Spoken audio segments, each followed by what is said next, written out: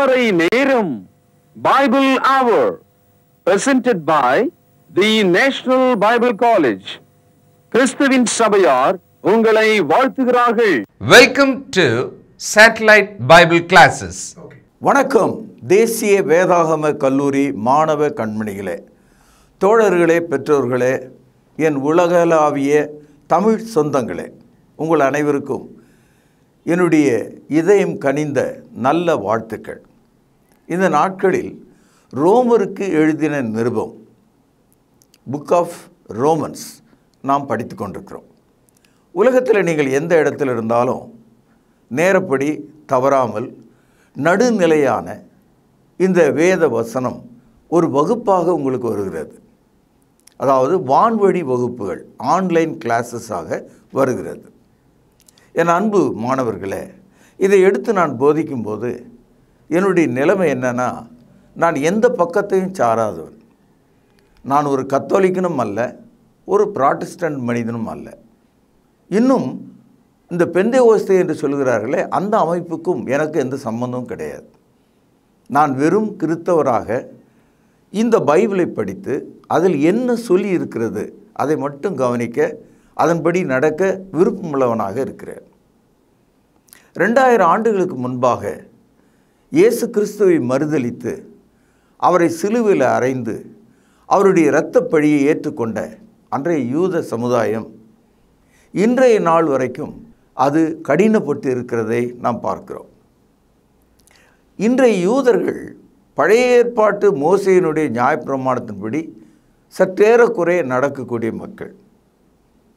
இன்றைய யூதர்களுக்கு பலி செலுத்தக்கூடிய தேவாலயம் இல்லை, அது இடிக்கப்பட்டு விட்டது.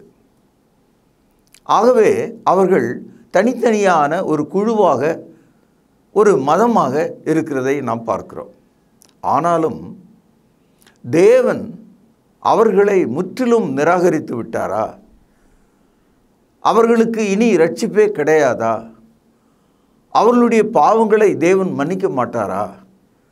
அவர்களுக்கு மறுவாய்ப்பு கிடையாதா என்ற ஒரு கேள்வியை நாம் எழுப்பும்போது, ரோமருக்கு எழுதிய நிருபம் 11வது அதிகாரம் முதல் 36 வசனங்களில் வானத்திலே நாம் பார்க்கிற வானவில்லை போல, திடீரென்று கருமையான வானத்தில் ஒரு நட்சத்திரம் கீழே இறங்கி வருவதைப் போல, நடந்து செல்லும்போது ஒரு நல்ல சுகவாசனை நம்முடைய நாசியிலே ஏறுவதைப் போல, ஒரு குளிர்காற்று நம் மீது வீசுவதைப் போல, பசுமையான காடுகளும் மலைகளும் நம்முடைய கண்களை கவருவது போல, இரவிலே நிலாப்பிறை தோன்றுவது போல, நல்ல பெற்றோரின் சத்தம் காதுகளில் கேட்பதைப் போல கடவுள் ஒரு நற்செய்தியை சொல்கிறார்.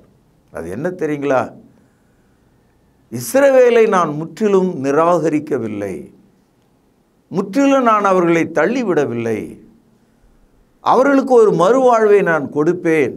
இதுதான் ரோமருக்கு எழுதிய நிருபம் 11ஆம் அதிகாரத்தில் நாம் படிக்கிறோம். ரோமருக்கு எழுதிய நிருபம் இந்த முதல் வசனம் பாருங்கள். இப்படி இருக்க தேவன் தம்முடைய ஜனங்களை தள்ளிவிட்டாரோ என்று கேட்கிறேன். தள்ளிவிடவில்லையே, நானும் ஆபிரகாமின் சந்ததியிலும் பென்யமீன் கோத்திரத்திலும் பிறந்த இஸ்ரவேலன். அதாவது இஸ்ரவேலர்கள் இயேசுவை சிலுவையில் அறைந்து கொன்றார்கள். அந்த இஸ்ரவேலர்களுடைய குடும்பங்களிலே பெஞ்சமின் கோத்திரத்தைச் சேர்ந்தவர் தான் இந்த புத்தகத்தை எழுதுகிற பவுல் அப்போஸ்தலர். பவுலடியார் இப்பொழுது என்ன சொல்கிறார்? நானும் இஸ்ரவேலன் தானே, எப்போ எனக்கு கிடைச்ச ரட்சிப்பு என்னுடைய இனத்தாருக்கும் கண்டிப்பாக கிடைக்கும். என்னை குணமாக்கினவர் அவர்களை குணமாக்குவார். நல்ல ஆர்குமெண்ட் இல்லையா? இது நல்லா புரிஞ்சுங்க. அது மாதிரி தான் நம்முடைய வாழ்க்கையில் வேணான்னு ஓனதெல்லாம் ஆண்டவர் திருப்பி கொண்டு வருவார். 2ஆம் வசனம் பாருங்கள். தேவன் தாம் முன்னறிந்து கொண்ட தம்முடைய ஜனங்களை தள்ளிவிடவில்லை. எலியாவை குறித்து சொல்லிய இடத்துல வேதம் சொல்கிறதை அறியீர்களா? அவன் தேவனை நோக்கி, கர்த்தாவே, உம்முடைய தீர்க்கதரிசிகளை அவர்கள் கொலை செய்து உம்முடைய பலிப்பீடங்களை இடித்து போட்டார்கள். நான் ஒருவன் மாத்திரம் மீதியாக இருக்கிறேன், என் பிராணனையும் வாங்க தேடுகிறார்களே என்று இஸ்ரவேலுக்கு விரோதமாய் விண்ணப்பம் பண்ணின போது அவனுக்கு உண்டான தேவ உத்தரவு என்ன? பாகாலுக்கு முன்பாக முழங்காற்படியிடாத 7000 பேரை எனக்காக மீதியாக வைத்தேன் என்பதே. அப்படி போல இக்காலத்திலேயும் கவனியுங்கள், கிருபையினாலே உண்டாகும் தெரிந்து கொள்ளுதலின்படி ஒரு பங்கு மீதியாக இருக்கிறது. என் அன்பு சகோதரர்களே, இப்பொழுது நான் வாசித்த அந்த 5 வசனத்தில் 5வது வசனத்தில் ஒரு சிறப்பு செய்தி இருக்கிறதை நீங்கள் பார்க்கலாம். அது என்னன்னா, ஒரு பங்கு மீதியாக இருக்கிறது. சில சமயங்களில் ஒரு பழத்தை வாங்கினோம்னா ஏதாவது ஒரு மூலையில் கொஞ்சம் அழுகி இருக்கும். பெரிய பணக்காரர்கள்னால் அதை தூக்கி எறிவாங்க. நடுத்தரமான நம்மை போல மக்கள்னால் அது வரைக்கும் சுற்றிலும் அறிந்து அதை எரிந்து விட்டு மீதி பகுதியை நாம் உண்போம். அது வாழைப்பழமாக இருக்கலாம், ஆப்பிளாக இருக்கலாம், எந்த ஒரு பழமாக இருந்தாலும் நல்ல பகுதியை நம்ம எடுத்துக்கொள்வோம். அது மாதிரி எல்லா விஷயத்திலும், பழ விஷயத்தில் மட்டும் இல்லை, நம்முடைய ஆத்ம விஷயத்தில் கூட தேவன் அப்படி தான் நடக்கிறார். ஒரு பங்கு மீதியாக இருக்கிறது அப்படின்னு சொல்கிறார். இஸ்ரவேலரில் எல்லாரையும் முற்றிலுமாக தேவன் தள்ளலை, அவர்களிலும் ரட்சிக்கப்படக்கூடியவர்கள் இருக்கிறார்கள். அதற்கு ஒரு எக்ஸாம்பிள், ஒரு மாதிரி நான் என்று அப்போஸ்தலனாகிய பவுல் சொல்கிறார். அதான் அந்த உண்மை. இதை நான் நம்புகிறேன், நீங்களும் இதை புரிந்து கொள்ளுங்கள். 1 ராஜாக்கள் 19ஆம் அதிகாரம் 10வது வசனத்தில் 14வது வசனத்தில் எலியா தேவனிடத்தில் இந்த கருத்தை சொல்கிறார். அவனுடைய பிராணனை வாங்க அன்றைய ஆகாப் தேடின போது தேவனிடத்தில் என்ன சொன்னால், எல்லாரும் ஓடி போயிட்டாங்க, எல்லாரும் செத்து போயிட்டாங்க, நான் ஒரே ஆள் தான் உயிரோடு இருக்கிறேன், உமக்காக வைராக்கியமாக இருக்கிறேன், என் உயிரையும் எடுக்க அவர்கள் வருகிறார்கள் என்று சொன்னார். இன்றைக்கு கூட பாருங்கள், சமுதாயத்தில் நம்மோடு இருக்கிற போதகர்கள், குடும்பங்கள் அல்லது நம்முடைய அப்பா அம்மா இப்படி தான் சொல்லுவாங்க, நான் ஒருத்தந்தான், என்ன மாதிரி யாருமே கஷ்டப்பட்டதில்லை, நான் தான் இந்த உலகத்திலேயே கடைசி ஆள், இந்த மாதிரிலாம் பேசுகிறவங்க உண்டு. ஆனால் தேவனுக்கு தெரியும், இந்த உலகத்தில் இன்றைக்கி 730 கோடி ஜனங்கள் இருக்கிறார்கள் என்று சொன்னால் தேவன் எத்தனை பேர் அவருடைய மக்களாக இருக்கிறார்கள் என்று அவருக்கு தெரியும். வானத்தில் கோடான கோடி நட்சத்திரங்கள் இருக்கிறது என்று சொன்னால் அதில் துருவ நட்சத்திரம் எது என்பது தேவனுக்கு தெரியும். அதனால் நோவாவையும் அவனுடைய குடும்பத்தையும் தெரிந்து கொண்ட தேவன், லோத்தை தெரிந்து கொண்ட தேவன், ஆபிரகாமோடு உடன்படிக்கை செய்த தேவன், மோசேயை தெரிந்து கொண்ட தேவன், தாவீதை தெரிந்து கொண்ட தேவன் உங்களையும் தெரிந்து கொள்வார். எலியாவினுடைய கம்ப்ளைண்ட் என்ன? நான் மட்டும்தான் இருக்கிறேன் அப்படின்னு சொல்கிறார். இதை நீங்கள் வாசிங்க. 1 ராஜாக்கள் 19வது அதிகாரம் 10வது வசனம் 14வது வசனத்தில் நான் ஒருவன் தான் வைராக்கியமாக மீதியாக இருக்கிறேன் என்று அவர் சொன்னார். நீங்கள் கூட அந்த மாதிரி நினச்சிட்டு இருக்கலாம், நான் தான் கடைசி ஆள், வேறு யாருமே கிடையாது, எங்கள் குடும்பத்தில் நான் ஒரு ஆள் தான், இப்படியெல்லாம் யோசிக்காதீங்க, கடவுளுக்கு எல்லாம் தெரியும். அப்போது ஆண்டவர் சொன்னார் எலியா கிட்ட, அந்த பதில் பரிசுத்த ஆவியானவர் மனம் திரும்பாமல் கடினப்பட்டிருக்கிற இந்த இஸ்ரவேலர்களுக்கு ஒரு உதாரணமாக சொல்கிறார். அதை தான் ரோமர் 11வது அதிகாரம் 5வது வசனத்தில் பார்த்தோம். ஒரு பங்கு இன்னும் மீதியாக இருக்கிறது, கடினப்பட்ட அவர்கள் மத்தியில் ஒரு பங்கு இன்னும் மீதியாக இருக்கிறது என்று சொல்லுகிறார். இப்பொழுது 1 ராஜாக்கள் 19வது அதிகாரம் 16வது வசனத்தில் எலியாவுக்கு ஆண்டவர் ஒரு பதில் சொன்னார். எலியாவுக்கு அப்போ தான் விழிப்பே வந்தது, ஆச்சரியம் வந்தது, தேவன் எவ்வளோ பெரியவர் என்பது தெரிந்தது, அவருடைய ஞானம், அவருடைய ஐஸ்வர்யம், அவருடைய அறிவு எவ்வளோ அளக்க முடியாதது என்று அவரால் ஆச்சரியப்படக்கூடியதாக இருந்தது. Paul cannot understand God's riches, wisdom, knowledge and his judgment. அவன் ஆச்சரியமாகி போட்டான். என்ன சொன்னார் பாருங்க, 18வது வசனம், கையில் பேனா இருந்தால் சுழித்து கொள்ளுங்கள். ஆனாலும் பாகாலுக்கு முடங்காதிருக்கிற முழங்கால்களையும் ஒன்று, அவனை முத்தம் செய்யாதிருக்கிற வாய்களையும் உடைய 7000 பேரை இஸ்ரவேலிலே மீதியாய் வைத்திருக்கிறேன்.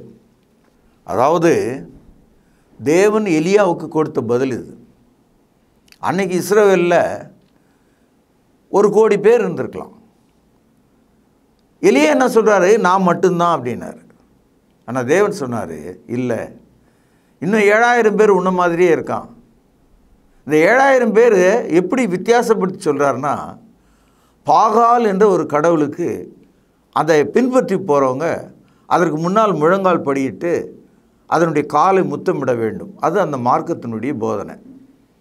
ஆண்டவர் சொல்கிறாரு, பாகாலுக்கு முழங்கால் படியிடாத, பாகாலுக்கு முத்தமிடாத 7000 பேர் இருக்கிறார்கள் எலியா என்று சொன்னார். அப்படின்னா 7001 எலியாவோடு சேர்த்தான். இது எலியாவுக்கு தெரியல. அதே மாதிரி தான் இன்றைக்கு ரட்சிக்கப்படாத இந்த இஸ்ரவேலர்கள் மத்தியில் தேவனுக்கு பிரியமாக இருக்கும்படி தெரிந்து கொள்ளப்பட்ட இஸ்ரவேலர்கள், யூதர்கள் இன்றைக்கும் இருக்கிறார்கள் என்ற கருத்தை தான் இந்த 11ஆம் அதிகாரத்தில் பார்க்கிறோம். பவுலடியார் என்ன சொல்கிறாரு, நானே ஒரு எக்ஸாம்பிள்ன்றார். ஏன்னா அவரும் ஒரு இஸ்ரவேலன் தானே. அப்போது இஸ்ரவேலனாகி அவரை ரட்சித்தவர் மற்றவர்களையும் ரட்சிக்க வல்லமை உள்ளவர். இதை தான் இந்த அதிகாரத்தில் எடுத்து காண்பிக்கிறார். ஆனாலும் சில ஆளுங்க பார்த்திங்கன்னா 3 நாள் தூங்கின்னு இருப்பான். அவனை என்னன்னு சொல்லுவாங்க, தமிழில் அவனை மூதேவின்னு சொல்லுவாங்க. அதாவது தூக்கத்தின் கடவுள் அவனுக்குள்ளே புகுந்து கொண்டார். மூதேவினா தூக்கத்தின் கடவுள், காட் ஆஃப் த ஸ்லீப். நம்ம ஊரில் இருக்கிற வழக்கம் அது. அது மாதிரிலாம் இல்லை, ஆனால் இப்போ இப்படி பேசுகிறாங்க. ஒரு ஆள் 3 நாள் தூங்குறான்னா அவன் என்ன ஆளாக இருப்பான்? அவன் சேர்ந்த மாதிரி ஒரு ஆள் 6 மணி நேரம் தூங்க முடியாது. நடுவில் ஒரு முழிப்பு வரத்தான் செய்யும். ஆனால் 3 நாள் தூங்குற ஆள், இந்த கோமான்னு ஒன்று இருக்குது, மூளை மட்டும் வேலை செய்யும், வேறு எதுவுமே வேலை செய்யாது. அவன் 3 மாதம் 3 வருஷம் அவன் அப்படியே சொரணை இல்லாமல் இருப்பான், எதுவும் அவனுக்கு தெரியாது. இது மாதிரியான ஒரு தூக்கத்தை என்னன்னு சொல்லலான்னா, பாருங்கள் 11ஆவது அதிகாரம் 8வது வசனம், பேனால மார்க் பண்ணுங்க. கன நித்திரையின் ஆவியையும் காணாதிருக்கிற கண்களையும் கேளாதிருக்கிற காதுகளையும் தேவன் அவர்களுக்கு கொடுத்தார் என்று எழுதியிருக்கிறபடி ஆயிற்று. இந்த வசனம் ஏசாயா தீர்க்கதரிசன புத்தகத்தில் 29வது அதிகாரம் 10வது வசனத்தில் தீர்க்க தரிசனமாக இருக்குது. அதாவது கன நித்திரையின் ஆவி, அதான் நான் சொன்னேன். சேர்ந்த மாதிரி 3 நாள் 4 நாள் தூங்கிட்டே இருப்பான் அவன். அது மாத்திரம் இல்லை, அவனுக்கு கண்ணில் எதுவுமே தெரியாது. சில பேர் சொல்லுவாங்க, உனக்கு என்ன கண்ணு தெரியலையா, கொழுப்பு அடைத்திருக்கிறது என்று கூட கேட்கிறார்கள். அம்மா அப்பாவை கால் எட்டி உதைக்கிற ஆள் கண்ணு தெரிஞ்சு எட்டி உதைக்கிறாள் இல்லையா? காணாது இருக்கிற கண்கள். அற்புதமான உண்மையுள்ள மனைவியை எட்டி உதைத்து விட்டு ஒரு பேய் பின்னால் ஓடுறானே, ஒரு வேசின் பின்னால் ஓடுறானே, அவனுக்கு கண் இருந்து என்ன பயன்? மனைவியும் குழந்தையும் விட்டு விட்டு பேய் போல் வாழ்கிற அந்த மனிதன் பார்வையற்றவனைப் போல் இருக்கிறான். தேவன் சொல்கிறாரு, இந்த மாதிரி மனிதர்கள் இருக்கிறாங்க. கனநித்திரையின் ஆவி, பார்க்க முடியாத கண்கள், கேட்க முடியாத காதுகள் அவர்களுக்கு இருக்கிறது. இன்றைக்கும் அதான் நம்ம பார்க்குறோம். நம்ம அக்கம் பக்கத்தில் நம்முடைய சொந்த பந்தங்களில் மக்களை பார்த்தா அவங்களுக்கு அந்த சத்தியம் விளங்கலை, அவங்களுடைய பாவம் அவங்களுக்கு நெஞ்ச குத்தலை, அவன் மாற திறந்து போட்டுக்கிட்டு முன்னால் நிற்கிறான், தேவனை அறியாதவனாக இருக்கிறான், இந்த உலகமே சதம் என்று வாழ்கிறான். இன்றைக்கு இந்த அரசியல்வாதிகள்லாம் நம்ம பார்த்தோம்னா அவங்க செய்யாத அக்கிரமங்களே இல்லை, அவங்க செய்யாத கொடுமைகளே இல்லை, கொலைகளே இல்லை. இன்றைக்கி உலகத்தில் அதிகமாக கொலை யார் செய்கிறான்னா அரசியல்வாதி செய்கிறான். அவனை எதிர்த்துறவனெல்லாம் ஆளை விட்டு கொண்டுடுவான், போலீஸை விட்டு அழிச்சிடுவான் இல்லையா? அதான் நடக்குது. இப்படிப்பட்ட மக்கள் உணர வேண்டும், மனம் திரும்ப வேண்டும். 11ஆவது அதிகாரத்தில் ஒரு சில உதாரணங்களை அவர் நமக்கு சொல்லுகிறார். அது என்னன்றதை நம்ம பார்க்கலாம். அதாவது இந்த மார்க்கெட்டில் நீங்கள் போய் சொல்லியிருப்பீங்க, நாளைக்கு இந்த மீனை வாங்குகிறேன், இந்த ஈரலை நான் வாங்கிக்கிறேன், அதே மாதிரி இந்த சைக்கிளை வாங்கிக்கிறேன், இந்த மோட்டரை வாங்கிக்கிறேன், இந்த காரை வாங்கிக்கிறேன் அப்படின்னு நம்ம சொல்லுவோம். அதுக்கப்புறம் ஏதோ ஒரு சூழ்நிலையால் வாங்க முடியாமல் போயிடும். அந்த கடைக்காரர் என்ன செய்வார், சரி அவன் வரலன்னு சொல்லிட்டு வேறு யாருக்காவது விற்றுருவார். அவர் விற்ற பிறகு இவன் நான் அன்றைக்கி புக் பண்ணிட்டு போனேனே, நான் அன்றைக்கி சொல்லிட்டு போனேனே, நீங்கள் எப்படி விற்கலாம்? அவர் சொல்லுவார், இந்த பார், ஏன் பொருள், உன்னால் எனக்கு 2 நாள் வியாபாரம் கெட்டது, ஆகவே நான் விற்றுட்டேன். இன்னொரு தடவை அந்த மாதிரி ஒரு பொருள் வந்தால் உனக்காக நான் தரேன், காத்திரு என்று சொல்லுவார் இல்லையா? அது மாதிரி இஸ்ரவேலர்கள் இயேசுவை தள்ளிவிட்டது, இஸ்ரவேலர்கள் இயேசுவை சிலுவிலே அறைந்தது யாருக்கு லாபமாக மாறியது? இதுதான் அந்த கேள்வி. To whom it was benefited? இஸ்ரவேலர்கள் இயேசுவை தள்ளிவிட்டது புறஜாதியர்களாகி உங்களுக்கு எனக்கும் இடம் கிடைச்சது. புரியுதுங்களா? இப்போது தேவனுடைய சமூகத்தில் வந்து நிற்பதற்கு எந்தவித பிரமாணமும் எந்தவித சட்டங்களும் இல்லாத உலகத்தில் வாழ்ந்த நமக்கு, புறஜாதிகளுக்கு இஸ்ரவேலர்கள் தள்ளிவிட்டது நமக்கு வாய்ப்பாக மாறியது. When Israel lost their place was given to the Gentiles. அதுதான் சொல்கிறார். பாருங்கள், ரோமருக்கு எழுதிய நிருபம் 11வது வசனம். இப்படி இருக்க விழுந்து போகும்படிக்கா இடறினார்கள் என்று கேட்கிறேன். அப்படி அல்லவே, அவர்களுக்குள்ளே வைராக்கியத்தை எழுப்பத்தக்கதாக அவர்களுடைய தவறுதலினாலே, கவனிங்க, அவர்களுடைய தவறுதலினாலே புறஜாதிகளுக்கு இரட்சிப்பு கிடைத்தது. இஸ்ரவேலர்களுடைய மறுப்பு அவர்களுடைய இடம் புறஜாதிகளுக்கு அடைப்பாகவும் ஆசீர்வாதமாகவும் மாறிற்று. ரோமருக்கு எழுதிய நிருபம் 11வது அதிகாரம் 12வது வசனம். அவர்களுடைய தவறு உலகத்திற்கு ஐஸ்வர்யமும். இந்த இடத்துல அவர்களுடையன்றது அந்த இஸ்ரவேலர்கள். அவர்களுடைய தவறு உலகத்திற்கு ஐஸ்வர்யமும் அவர்களுடைய குறைவு புறஜாதிகளுக்கு ஐஸ்வர்யமாயிருக்க அவளுடைய நிறைவு எவ்வளோ அதிகமாக அப்படி இருக்கும் என்று வியக்கிறார். அவங்க விட்டதுனால உங்களுக்கு சீட்டு கிடச்சிது. அவன் திரும்பி வந்தால் அவன் எந்த அளவுக்கு எல்லா சீட்டையும் பிடிச்சிக்குவான், அதை கொஞ்சம் எண்ணி பாருங்கள் அப்படின்னு இந்த புறஜாதிகளுக்கு சொல்கிறார். இந்த புறஜாதிகள் என்ன செய்கிறாங்க? அதாவது தேவனற்ற மக்கள், அந்த யூதர்களை விட நாங்கள் தான் நல்லவர்கள். பார்த்தீங்களா, இப்போது சின்ன பிள்ளைங்க வந்து நையாண்டி பண்ணோம், கீழே விழுந்து அடிபட்டிருக்கிற பசங்களை பார்த்து நின்றுட்டு இருக்கிற பசங்க கேலி பண்ணுவாங்க. அந்த மாதிரி புறஜாதிகள் என்ன சொல்கிறாங்க? அதை பார்த்தீங்களா, அந்த இஸ்ரவேலர்கள்லாம் எப்படி விழுந்தாங்க, எப்படி நாசமாக போனாங்க, நாங்கள் பார்த்தீங்களா தேவன் எங்களை தலையில் தூக்கி வச்சு கொண்டாடுறாரு, எங்களுக்கு எவ்வளோ ஆசீர்வாதம் கிடச்சிது பார்த்தீங்களா அப்படின்னு பெருமை பேசாதீங்க என்று புறஜாதிகளுக்கு சொல்கிறார். இதுக்கு ஒரு அழகான உதாரணத்தை சொல்கிறார். அந்த உதாரணம் என்னென்னா, இப்போ நம்ம ஊரில் மாமரம் இருக்குது, பயங்கரமாக புளிக்கிற மாதிரி பழம் இருந்தால் நம்ம என்ன செய்வோம்னா அதனுடைய கிளையை வெட்டிட்டு நல்ல இனிக்கிற மாதிரி இருக்கிற ஒரு மரத்தினுடைய கிளையை வெட்டி வெட்டப்பட்ட இடத்துல இந்த மரத்தில் எடுத்துன்னு வந்து ஒட்டி கட்டிடுவாங்க. ஆங்கிலத்தில் இதற்கு கிராஃப்டிங், ஒட்டப்படுதல் என்று பொருள். அதனால தான் ஒட்டு மாங்காய், ஒட்டு மாம்பழம் என்று சொல்லுவாங்க. ஏன் அதை ஒட்டு மாம்பழம் ஒட்டு மாங்காய்ன்னு சொல்கிறாங்கன்னா, புளிப்புள்ள மரத்தில் இனிப்புள்ள மரத்தின் கிளையை ஒட்டி விட்டார்கள். அதே மாதிரி இஸ்ரவேலர்களில் அவங்க ஊரில் ஒலிவம் என்ற ஒரு மரம் இருக்குது, அதாவது நல்ல ஒலிவம். அப்புறம் காடுகளில் காட்டு ஒலிவம். மனிதர்கள் நல்ல ஒலிவ பழத்தையும் அதனுடைய எண்ணெயும் தான் உபயோகப்படுத்துவாங்க. காட்டு ஒலிவத்தை ஆடு மாடுகள் தான் மேயும். இப்போ கடவுள் என்ன செய்கிறாரு,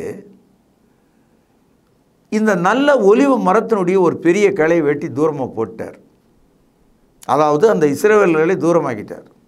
வெட்டப்பட்ட இடத்துல காட்டு ஒலிவ மரம் இருக்குது பார்த்தீங்களா, உங்களை போல என்னை போன்றவர், அவர்களை வெட்டி இந்த மரத்தோடு ஒட்டிட்டார். இப்போது காட்டு ஒலி மரம் ஒட்டப்பட்ட இடத்துல நல்ல ஒலிவ மரத்தினுடைய சாறு உள்ளே புகுந்து அதனுடைய ஓட்டம் அதிகரித்து இலைகள் சிறப்பாக பச்சையாக மாறி கனிகளை தந்தது. இப்போது ஒட்டப்பட்ட கிளையில் நல்ல ஒலிவ பழங்கள் வந்தது. எப்படி மாமரத்தில் வெட்டப்பட்டு ஒட்டப்பட்ட அந்த கிளை இனிப்புள்ள மாம்பழங்களை அந்த மரம் முழுவதும் கொடுத்ததோ, அதுபோல தேவன் புறஜாதிகளை இஸ்ரவேலர்கள் இருக்க வேண்டிய இடத்துல ஒட்டி வைத்து அவர்களை நல்லவர்களாக மாற்றிவிட்டார். இந்த உதாரணம் புரியுதா உங்களுக்கு? கஷ்டமாக இருக்கா? இப்பொழுது ரோமர் 11வது அதிகாரம் 24வது வசனம். சுவாபத்தின்படி காட்டு ஒலிவ மரத்திலிருந்து நீ வெட்டப்பட்டு சுவாபத்திற்கு விரோதமாய் நல்ல ஒலிவ மரத்திலே ஒட்ட வைக்கப்பட்டிருந்தால் சுவாப கிளைகளாகிய அவர்கள் தங்கள் சுய ஒலிவ மரத்திலே ஒட்டு வைக்கப்படுவது அதிக நிச்சயம் அல்லவா? கொஞ்சம் தலை சுத்திரமாக இருக்கும். என்ன சொல்கிறாரு? தேவனற்ற பிரஜாதிகள் இஸ்ரவேலர்கள் இருக்க வேண்டிய இடத்துல தேவன் அவர்களை கொண்டு வந்து வைத்து விட்டார். நல்ல ஒலிவ மரத்தில் காட்டு ஒலிவ மர கிளையை ஒட்டி விட்டார். அதனால் இப்போ முழு மரமும் நல்ல ஒலிவ மரமாக மாறிட்டுது. இப்போ என்ன கேள்வி கேட்குறாரு? காட்டு ஒலிவ மரக்கிளையே நல்ல ஒலிவ மரத்தில் ஒட்டிக்கிச்சு, கிராஃப்டிங் ஆகிட்டுது. அப்படியானால் நல்ல ஒலிவ மரத்தினுடைய ஒரு கிளை வெட்டி இன்னும் நல்ல ஒலிவ மரத்தில் ஒட்டி வச்சா அது ரொம்ப சுலபமான விஷயம். ஒரே மாதிரியான அந்த தன்மையை அது காட்டும். ஆகவே என்ன சொல்கிறாரு? நீயாவது வெளியிலேருந்து வந்து இதில் சேர்ந்த, அவங்க இதிலிருந்தே வெளியே உடஞ்சி போனவங்க, அவங்கள திருப்பி எடுத்து இங்கே கொண்டு வந்து சேர்ப்பது ரொம்ப சுலபம். ஆக பரிசுத்தாவியானவர் என்ன சொல்கிறாரு? பிரஜாதிகளை ரட்சிப்பதற்கு தேவன் எடுத்துக்கொண்ட முயற்சியை விட தேவனுடைய வழியில் ஏற்கனவே நடந்து வந்த இஸ்ரவேலர்கள் ஏதோ ஒரு கனநித்திரையின் ஆவினால் காணாத கண்களையும் கேளாத செவிகளையும் உடையவர்களாக மாறினாங்களே, அவர்களை மீண்டும் கொண்டு வந்து ஒட்டுவது, மீண்டும் கொண்டு வந்து சேர்ப்பது சுலபம் அல்லவா? இந்த ஆர்குமெண்ட் உங்களுக்கு புரியுதுங்களா? பழைய ஏற்பாட்டு காலத்தில் மக்கள் வீட்டில் அப்பம் சுட்டு ரொட்டி செய்து சாப்பிடுவாங்க, அது வயிற்றுக்கானது. ஆனால் தேவனை தொழுது கொள்ளக்கூடிய கூடாரத்தில், இந்த டேபர்னாக்கிள், அங்கே சாப்பிட்றதுக்காக அல்ல, அங்கே வைப்பதற்காக அப்பங்களை செய்வாங்க. அதை தேவ சமூகத்து அப்பம் என்று சொல்லுவாங்க. அதுவும் நம்ம வீட்டு கோதுமை மாவுலேயோ அல்லது பார்லியோ ஏதோ ஒரு மாவில் செஞ்சது தான். ஆனால் அந்த அப்பம் செய்யும்போது இது தேவனுடைய சமூகத்திலே படைக்கப்படுவதற்கு என்று செய்வார்கள். செய்து அந்த அப்பத்தை கொண்டு போய் தேவ சமூகத்தில் வைத்து விடுவார்கள். இப்போ ஒரு கேள்வியை கேட்குறாரு. மாவு பிசைஞ்சாங்க இல்லையா, தேவ சமூகத்தில் வைப்பதற்கு 12 அப்பங்கள் போதும். ஆனால் இவங்க பிசைஞ்ச மாவு இருக்க இன்னும் ஒரு 4 ரொட்டி சுடலாம். இந்த மாவை அவங்க என்ன செய்வாங்க? அவங்க வீட்டுக்கு வச்சுக்குவாங்க, அதை சுட்டு அவங்க சாப்பிட்ருவாங்க. ஆனால் பாயிண்ட் என்னென்னா, சப்ஜெக்ட் என்னென்னா, இவன் மாவு பிசையும் போது பரிசுத்தமான வேலைக்கென்று இந்த அப்பத்தை செஞ்சான். அந்த மாவை அங்கே கொண்டு வந்து பிசைஞ்சு அந்த அப்பத்தை செஞ்சான். அப்போ போதுமானது அங்கே போயிட்டுது. மீதி இருக்கிற மாவும் கூட பரிசுத்தமானது தானே. அது மாதிரி இஸ்ரவேலர்களை தேவன் ஆயத்தமாக்கினார். சிலர் கெட்டு போனாங்க. ஆனால் மீதி இருக்கிறவங்க நல்லவங்களாக மாற்றுவது தேவனுக்கு ரொம்ப சுலபம். கொஞ்சம் கஷ்டமாக இருக்கும். வசனத்தை நான் வாசிக்கிறேன், நீங்கள் புரிஞ்சுக்கலாம். பார்ப்போம். ரோமர் 11வது அதிகாரம் 16வது வசனம். மேலும் முதற் பலனாகிய மாவானது பரிசுத்தமாயிருந்தால் பிசைந்த மா முழுவதும் பரிசுத்தமாயிருக்கும். வேறானது பரிசுத்தமாயிருந்தால் கிளைகளும் பரிசுத்தமாயிருக்கும். வேறு பரிசுத்தம்னா கிளைகளும் பரிசுத்தம்தான். அப்போ தேவ சமூகத்துக்கு வந்த அப்பம் பரிசுத்தம்னா அதை பிசைஞ்சாங்களே அந்த தொட்டியில் மீதி மாவு இருக்க, அதுவும் பரிசுத்தம்தான். அதுபோல் தேவன் தமது ஜனத்தை நேசிக்கிறார், ஒருவரையும் அவர் கைவிடுவதில்லை. அதனால தான் இயேசுநாதர் சொன்னார், மத்தேயு 11வது அதிகாரம் 28வது வசனத்தில், வருத்தப்பட்டு பாரம் சுமக்கிறவர்களே நீங்கள் எல்லாரும் இடத்துல வாருங்கள், நான் உங்களுக்கு இளைப்பாறுதலை தருவேன். Come unto me all ye that with heavy laden and I will give you rest என்று சொன்னார். ஆகவே தேவன் யாரையும் தள்ளிவிட மாட்டார். என்னிடத்தில் வருகிறவனை நான் புறம்பே தள்ள மாட்டேன் என்று இயேசு வாக்குறுதி கொடுத்திருக்கிறார். என் அன்பு சகோதரர்களே, இந்த காலையில் நீங்கள் கேட்ட இந்த ஆரோக்கியமான வசனம், நீங்கள் கண்ட அந்த காட்சி, இஸ்ரவேலிலே பாகாலுக்கு முழங்கால் படியிடாத, பாகாலுக்கு முத்தமிடாத 7000 பேரை நான் மீதியாக வைத்திருக்கிறேன் என்று சொன்னாரே, அப்படிதான் இந்த உலகத்தில் தேவனுக்கு பிரியமான மக்கள் இருக்கிறார்கள். அவர்களில் நீங்களும் ஒருவர். உங்கள் குடும்பத்தில் பாருங்கள், திரும்பி பாருங்கள், எத்தனை தலைமுறை தேவனற்றவர்களாக இருந்தாங்க, விக்கிரக வழிபாட்டில் இருந்தாங்க, மரண தூதர்களாக இருந்தாங்க, அக்கிரமக்காரர்களாக இருந்தாங்க, சகல பாவத்தை ஆவலோடு செய்வர்களாக இருந்தாங்க. அவர்கள் மத்தியிலிருந்து தேவன் உங்களை தெரிந்து கொண்டார். பார்த்தீங்களா? How beautiful it is that you have been chosen as a child of God. பாவத்தினாலும் அக்கிரமத்தினாலும் மரித்திருந்த நம்மை தேவன் உயிர்ப்பித்தாரே. ரோமருக்கு எழுதிய நிருபம் 11ஆம் அதிகாரம் 33வது வசனம். தேவனுடைய ஐஸ்வர்யம், ரிச்சஸ், ஞானம், விஸ்டம், அறிவு, நாலேஜ் என்பவைகளின் ஆழம் எவ்வளவாயிருக்கிறது. ஹவு டீப் இட் வாஸ் என்று சொல்கிறார். அதாவது உலகத் தோற்றம் முதல் எல்லாவற்றையும் அறிந்த தேவன் கெட்டு போகிறவனையும் கெடாதவனையும், நல்ல ஒலிவு மரத்தையும் காட்டு ஒலிவு மரத்தையும், பிசைந்த மாவையும் சுட்ட அப்பங்களையும், எலியாவையும் அந்த 7000 பேரையும், கெட்டு போனவர்களையும் மீதியாக இருக்கிறவர்களையும் அறிந்திருக்கிறார் இல்லையா?